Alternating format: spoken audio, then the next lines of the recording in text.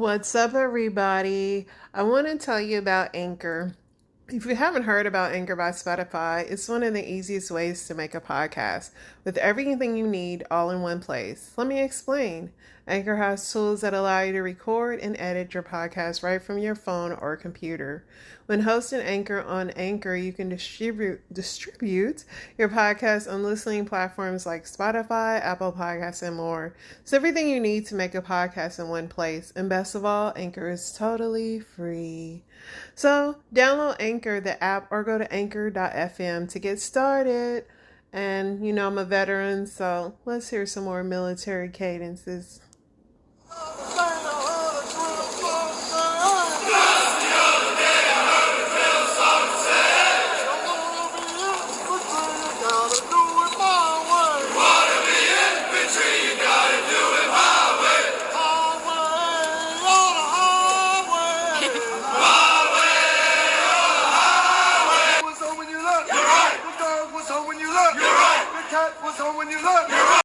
What's up, family? So I really enjoyed our Men Thoughts podcast the other day, and I just wanted to do another one. So what more better thing to do than talk about men on love and men in relationships and just what they think about it. I'm always curious as to see what men are thinking about things. So let's just get right into it.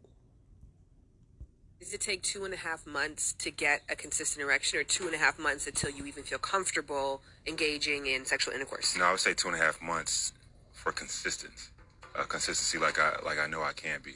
It's embarrassing. It's frustrating. It's humiliating. It only happens when I really care about the woman, so that's the crazy thing. Like, if I'm in Vegas and I had a one-night stand, I'm Superman, which is weird. And it's wild because there's so many factors to it. The first factor is, like, I got to console the woman that I'm with, which I would like to be consoled in that situation, right? I got to console her, let her know, hey, it's not you. I promise you, your boy wants you, not you whatsoever. But then there's just so much self-talk that goes into it. I think for me, I get in my head and I don't want her to feel that I just want her for her body. And I overthink and overcompensate for so many different things. And I just want to love her and love her mind, body, and spirit. What is the ideal thing to say to a person who is not getting erect in the moment and is noticeably frustrated about it? I would say genuine, keyword, bold, text, highlight it, underline it. Genuine, because we can pick up on bullshit, right? Be genuine in how you respond. And your response should simply be, to be honest, but I just want to be around you. I just want to be with you. So this dude, he pretty much is saying that if he was having a one-night stand, he can have an erection, but when he comes into a relationship, he cannot get an erection, which I find interesting. I know that some people get in their head and cannot. I wouldn't want to be a man. Y'all have so much pressure and it's sad. But yeah, this guy is openly admitting that when he is actually not having one night stand and he's in a relationship, it takes him 2.5 months of knowing the girl to get an erection. Very interesting. Next up. There is this whole thing where it's you're either good at fucking or you're not. No one ever really talks about getting help. You know what I'm saying? I think if anything, you talk to your boys about it, but when you talk to your boys, you're never really locker room talk is never yo, how can I improve myself? It's I'm bragging about what I have done. All right. So then it's all ego. Men have no idea what women actually want. There is a huge gap. The barrier is quite simple, I think. It's strictly ego. And they're thinking, well, if I'm seeking help, that means I'm bad at it. And if I'm bad at it, I'm not a man. And if I'm not a man, then I'm nothing. On a scale from 1 to 10, how important is sex to you? 10. I'd say 8, 10. All right, how confident are you that you know what women want sexually? 8, 10, 9. What's your favorite sex ed book? I don't know one. Damn, I haven't really read any. Definitely not the Bible. Honestly, I don't know. I've never read a sex ed book before. What's your favorite sex educator or sex education site? XXX.com. Oh, perfect. Pornhub. OnlyFans. Oh, fuck. I don't have any of this shit. Now, let me tell you, after he read She Comes First, he put it down. So another thing on men, like, and not being good at sex and how they don't discuss that. And a lot of men don't know how to please a woman. And if they're bad at sex, they don't have anybody to reach out to. They're sex therapists. I mean, yeah, next man. Have you ever gone down on a girl and adjusted your position because you got down on her on your knees or something, and you're like, you know what, let me adjust this position because I'm too vulnerable right now. Yes. But that's just like so crazy about our brains, right? But it feels weird though. It's like instinctively vulnerable. Exactly. Yeah. It's instinctively like you feel exposed. I mean, you are, but is that like some it feels like somebody's gonna kick in the door and take your booty while you sit here. Lovers and friends. I'ma take you on a trip, baby. I don't pretend. I said. So y'all men really be doing a lot of thinking when y'all having sex. I never knew y'all put this much thought into it. Like, next up. Most dudes really don't know even how to approach a girl's, you feel me? Clitoris. You don't know say what the word. Talk about that. How do we approach? How you approach? Yeah. All right, so Do you introduce yourself? little kisses. This is how guys talk about sex, right? There's like a challenging, there's like a joking, so it doesn't leave space for curiosity. When women talk about sex, the friends are like a curious. They're like, wait, what? We're not able, as a heteronormative male, to be able to. We're expected to know what to do. Yeah. I think there's a perception versus reality piece to that. I will say there was something that I didn't know that I liked. I didn't know I liked my nipples played with. And then like Shan did it, and I was like, wow. Everybody's trying to hold back the giggles right now. I'll let him out But first. you see them. Oh no, I can't remember now. See, this is why we can't get nowhere. This is why we can't get nowhere. Lovers and friends. I think men, you guys should talk it like, because yes, women, we do openly talk about sometimes those things together. Like if people are bad at it or whatever, men don't. I mean, men don't have that deep of discussions about it, which, they don't know what they're doing sometimes. And yeah, interesting. Let's get to the next one. They have started doing more and learning their bodies more and exploring more. And if we as men just stay in one space, they're catapulting past us, like on so many different levels. And it's like, yo, why wouldn't I want to meet her on that level? When my girl showed me her drawer full of dildos and vibrators and wrist straps and all types of stuff, I was faced with a fork in the road. Either I stay over here, because she's going to use these. I'm not replacing these. So either incorporate them or get lost. And that's kind of what got me into being a little bit more explorative. Fuck it, let's just have fun. And we had that type of fun, and then we started exploring more, and I hired two dominatrix for her birthday. She didn't know. What are your first thoughts when you think about that interview? My first thought was, all these years when I was younger, I thought I was a freak. I was not a freak. I was a slut. That's all I was. I was just promiscuous as hell. That's all. Next up. Be the best lover my woman has ever had. You know what I mean? And I realized that staying in that corner was not going to be it. Somebody's going to please her. When I get up after having sex and leave, she has to always go to the vibrator. I had a partner that was like that for me. I was like, I was doing a countdown, like, fall asleep, please. You know what I'm saying? And I had a partner that had to do that. I remember my baby mama, when I left one morning, I was going to the train station, and I get to the train, and I didn't have my Metro card. And I'm like, damn, I gotta go back to the house, get the Metro card. And as soon as I open the door, and I was like, really? Yeah, right? And I didn't realize it's because she wasn't ever always satisfied. Like, sex was one thing, but satisfaction is another. When you say protection, providing, it's not just money. It's not just protecting from other people. It's from your own insecurities, projecting your own shit onto them, and limiting their growth because you weren't willing to go nowhere. You know, so I'm on a journey with her. We're doing it together. I love that. Next up. To say that dating in your 20s right now, whoever cares less wins. It's What like, do you win? I don't know. It's just like you win that person's attention. You want them always on that string, like just like, you know, it's like fishing. You just let loose a little bit and then bring them back in. I mean, I guess this is where you call me messed up, but like my very first relationships, and there was a girl I felt like I was just always trying to get her attention, always trying to get her to talk to me. And so, like, after we had broke up, I just, like, hated that feeling I had when I was with her.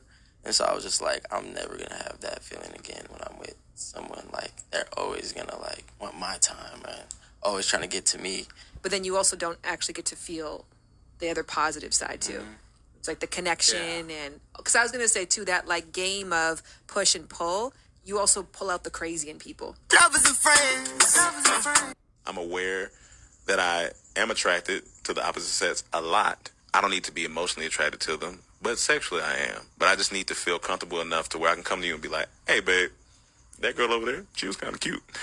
And you not have an immediate reaction of, oh, he hates me or he doesn't like me.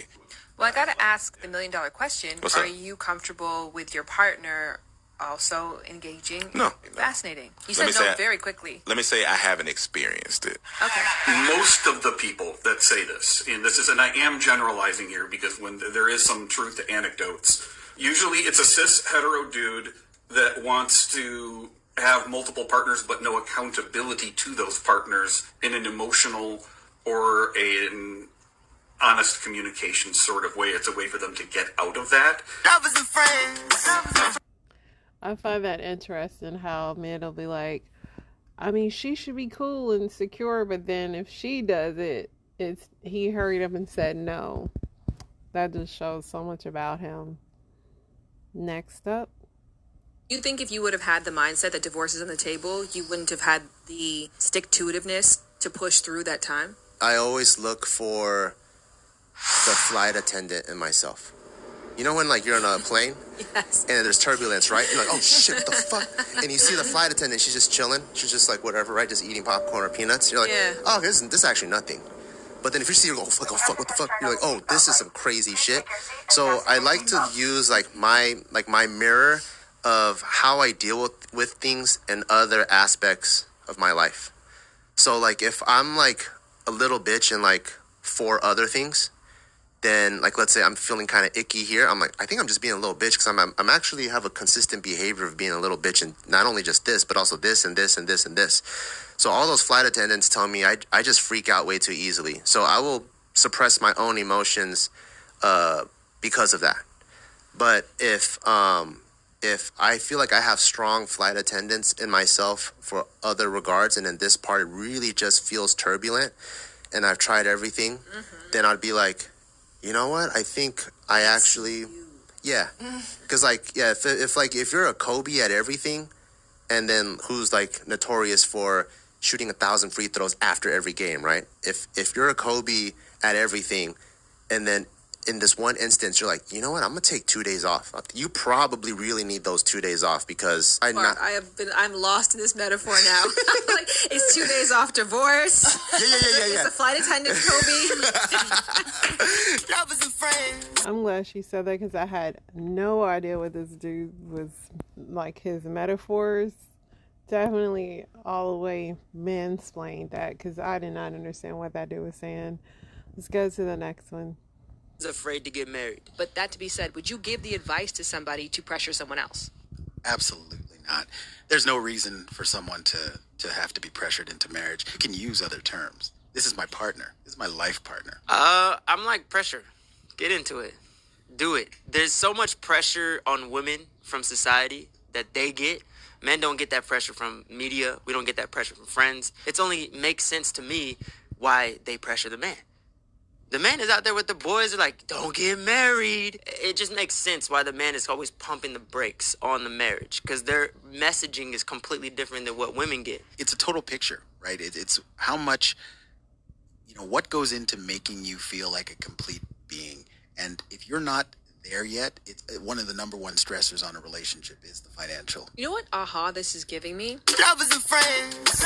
I like his answer, previous guy. Like, yes, if you, I mean, like women, we are pressured to have kids, to do this, to do that. Men really don't. They're told, like, don't settle down, don't do this, don't do that. And then they get in this relationship with this woman that they really like, but they don't even know how to. I mean, sometimes you got to tell your man, like, hey, we're getting married by this date. If you don't like it, like, hit the escape hatch. Because being with somebody for 10 years, I'm not saying you need to get married right away, absolutely not, but you definitely, if you are pretty much doing everything else but you haven't gotten that commitment, don't even go there. It is not at all worth it.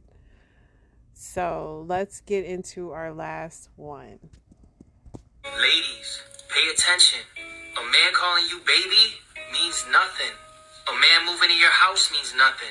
A man calling you his girlfriend means nothing. A man giving you a baby means nothing. I'm about to hurt some feelings with this next one. A man marrying you means nothing. You know what means something? A man changing himself, his lifestyle, and his ways to keep you. That's what means something. I seen somebody else say it, and I think it's about that time that I say it. Y'all need to start directing these conversations at men. Now, don't get me wrong. I think that it's great that as a man, you're trying to warn women.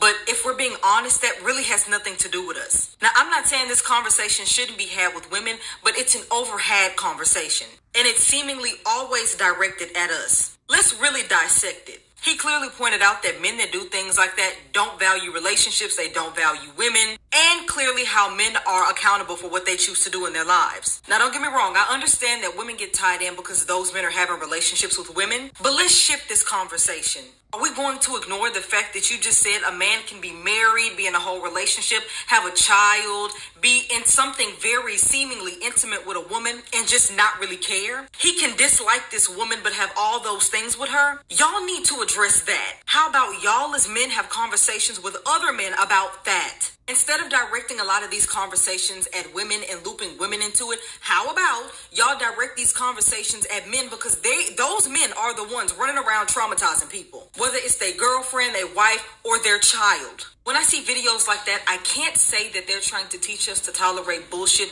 but they enable men because they're teaching us to work around the bullshit. How about we try to work to where there's no bullshit to work around? All the energy that y'all are putting into us to work around these men, you should be putting into men making videos addressing this bullshit. Instead of looping women in these conversations, please just address men. Call them out, ask them questions, do what you gotta do, but direct these conversations at men in a way of holding them accountable. And I want to address the very last thing that he said.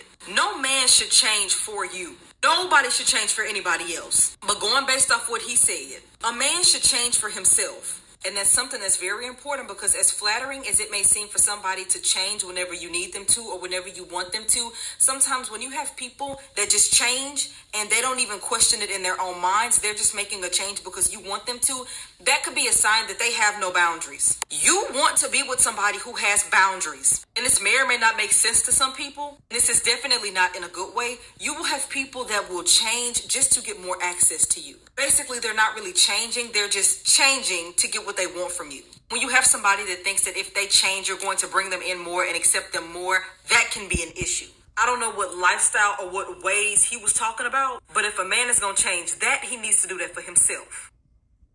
So I'll definitely say I liked what the man was saying, and I do agree with her on the fact that, yeah, they should be giving this advice to men, but the unfortunate part is that the women are still allowing this behavior. Like the women, because when people really don't know, I mean, she's right. He, like what he said, even if a man's married, that don't mean they won't cheat. That don't mean they, like he said, change behavior is what shows a man really cares about you. As far as everything she was saying about, just this conversation is an important conversation. I do think that it is good that he is just letting women know, like, hey, just because you got that ring, just because you have that baby, just because this and that, like, that doesn't mean that he's committed. And I can tell you, as a married person myself, that my husband and I have both made changes not just changing who we are, but changing the way we handle things. Because just because you make changes to how you handle things doesn't mean it changes who you are at your core. It just really means you're growing up on a lot of stuff. It's like when you have a kid, it changes you for the better. Like, you're not going to be just thinking of yourself. You're going to be thinking of your kids. So it's not bad to change. It's not a bad thing to change. So I definitely disagree with her on that, because you do need to change. You do need to mature. You should not be the same person you was yesterday, or even definitely last year for that matter. You should make improvements, because you are still getting to your final boss level. Like, and there's no age in life where you should not be making improvements to become a better individual. So don't agree with what she was saying, but I like the whole message and thread of all of these opinions and stories and accounts. But yeah, that has been another mansplaining episode. I hope you guys enjoy it. If I find some more interesting things, we'll do it. But it's all about growing, loving, and learning. F is for Family is signing out.